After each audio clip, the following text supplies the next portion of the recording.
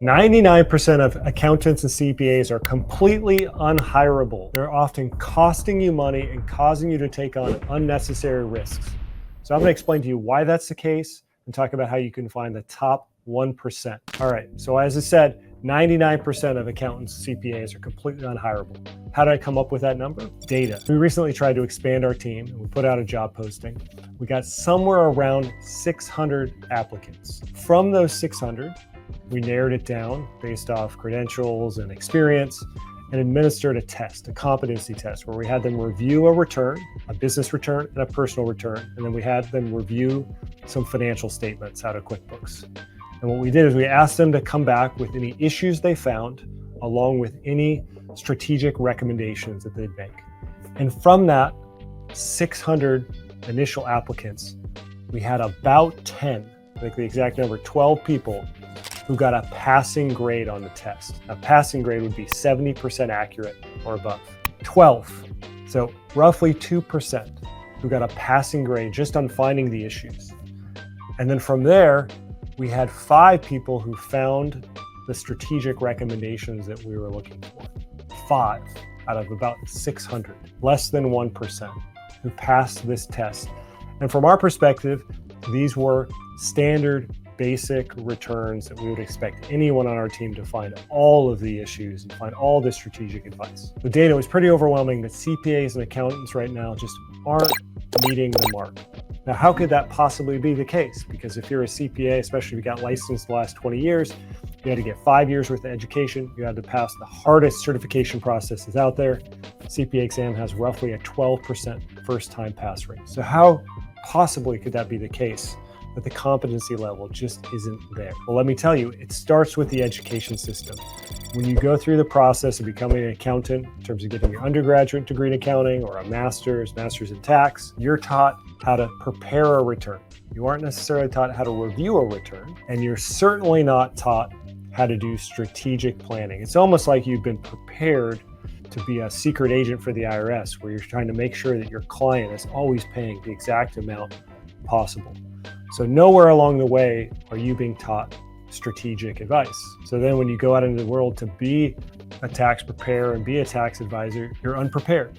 The education system has let you down. And now if you want to become an expert at tax planning, you have to go out and learn it yourself. You have to go read the court cases, read the IRS audit manuals, go to continuing education programs.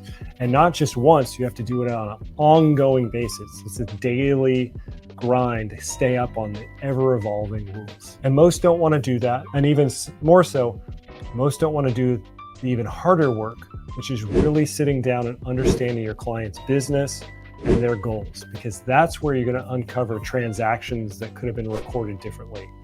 They recorded them as meals, but actually they were R&D or travel, and it was actually research and development. Ways in which they could, for example, put their kids on payroll and convert a cost that isn't a deduction into a tax deduction. It requires the conversation with the client on an ongoing basis.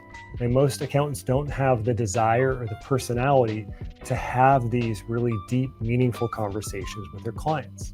So the education system is letting them down, and then their own personality is one that they're going to shy away from those conversations and tend to just be heads down. Let me crank out as many tax returns as possible. Real quick, if you're watching this video and you're thinking, Dan, how could you be my CPA and we could do this all together? Well, go down to the pin link below, or the description below, click on the first link. That's going to take you to my website where you can schedule a quick call and see if it makes sense to work together. Now let's get back to the video. And then lastly, when they've gone through a business school to learn about accounting and learn about how to operate a business, they've been taught how to maximize shareholder value.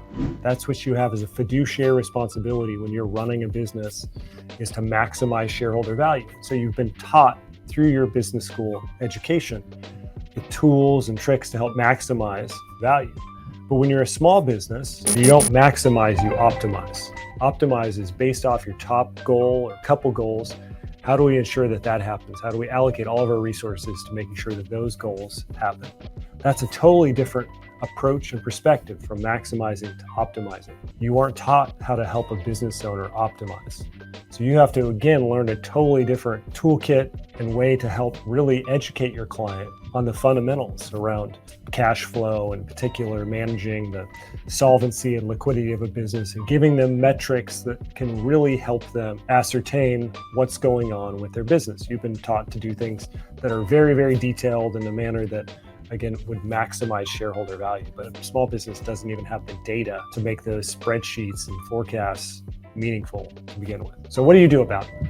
How do you actually find someone who's in the top 1% who's going to really help you minimize your tax liability, optimize your cash flow, ultimately help you grow your net worth? Because that's really the point of running this business, is to grow your net worth. We increase cash flow so that we can accumulate more assets. And then along the way, we reduce risk. Keep repeating that cycle, increase our cash flow so that we can accumulate more assets and mitigate risk. First off, it starts with understanding the CPA's background in tax planning. You might ask a question like, what is your approach to tax planning? And what you want to hear is a philosophy. For example, we developed in my company a process called the 4 categories of tax planning. Level 1, deductions and credits you already qualify for, you just didn't know about it. Level 2, ways that we can turn existing expenses into a deduction or credit. Level 3, home run strategies, ways that we can offset your tax liability by 50 to 100%. Level 4, ways that we can create future income or structure things such that future income is non-taxable. So you want to hear that from the CPA. What is their approach to tax planning? What percentage of their clients do they do ongoing planning for? I'm not talking about one time, I'm talking about quarter after quarter. And you want to hear more than 50%. Then you want to ask them, when you're doing ongoing planning, what is your involvement in actually implementing the strategies? See, now there's a bunch of accountants out there that have bought various planning softwares. There's 50 or so strategies that they select from, and they're just producing a canned report. And then they hand that canned report off to the client. It's the client's responsibility now to implement it. But they're not going to know how to implement it. Why would you? Or if you did have to implement it, now all of a sudden you've got a new full-time job trying to figure out how to document all this. So what percentage of your clients that you planning do you implement those strategies for? And next, we want to understand, how do you develop new strategies? And that answer should be a combination of ongoing continuing education, but also we're reading court cases and we're reading IRS audit manuals as they are coming out. So we're keeping up on it day after day. We're sharpening the saw on a regular basis. Then we're going to ask them, what's the most important financial statement? And they need to tell us it's the balance sheet, not the profit and loss statement, because the balance sheet, which shows your assets, liabilities, and equity, if that's wrong, then your profit and loss is almost always wrong as well. If they can say yes or answer all of those correctly, then they're almost certainly in the top 1%. And you're now on the path to minimizing your tax liability so you can increase your cash flow, accumulate more assets, and mitigate risk.